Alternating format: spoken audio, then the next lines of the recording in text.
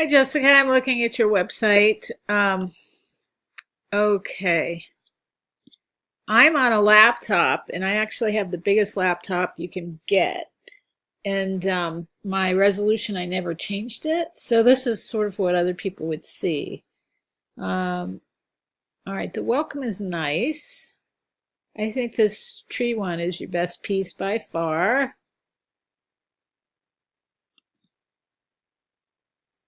I always find the welcome and about to be kind of the same. Do you have a picture of yourself you could put on?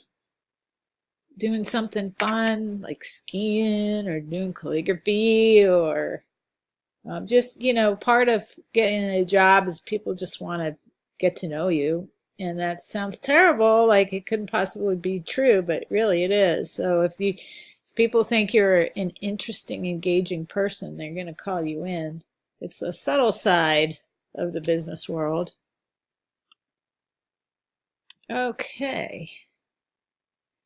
So, I don't know if this matters to you, but on your diploma, it'll say the Art Institute of Pittsburgh.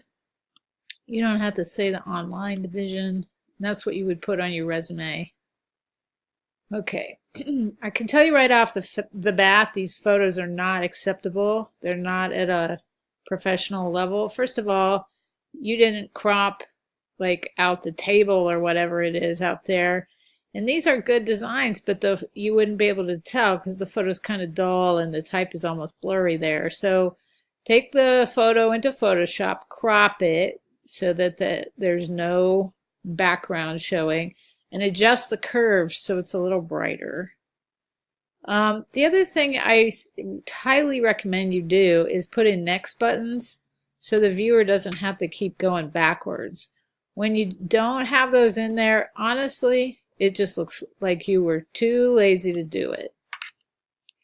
This is nice, but I can't see these words at all because of the shadows. It's too dark. So I would retake this photo and make sure whatever light you have is actually shining on the cover there. All right, going back. And then I will look at this one. This is a really nice piece. I don't really have anything more to say about it other than maybe you want to return with the new paragraph.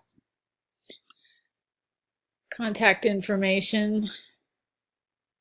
All right, good message. Again, you can always put in a map. Those are easy to put in HTML, the Google Maps. If you go on the website, Google Maps,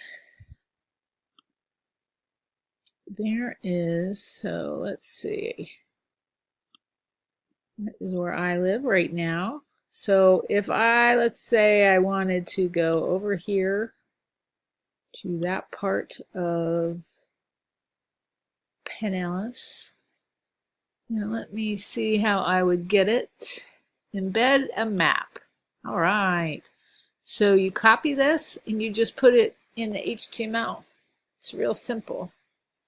Copy that.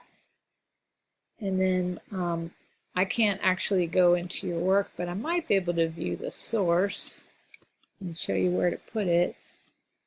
Actually, it would be, thinking about it, it would be easier for you to just open this up in Muse and have it show the HTML view and then just pop it in there. Anyway, that's an idea. I think you'll enjoy it. Oh, I just noticed, so this is in a different font. You want to be consistent throughout.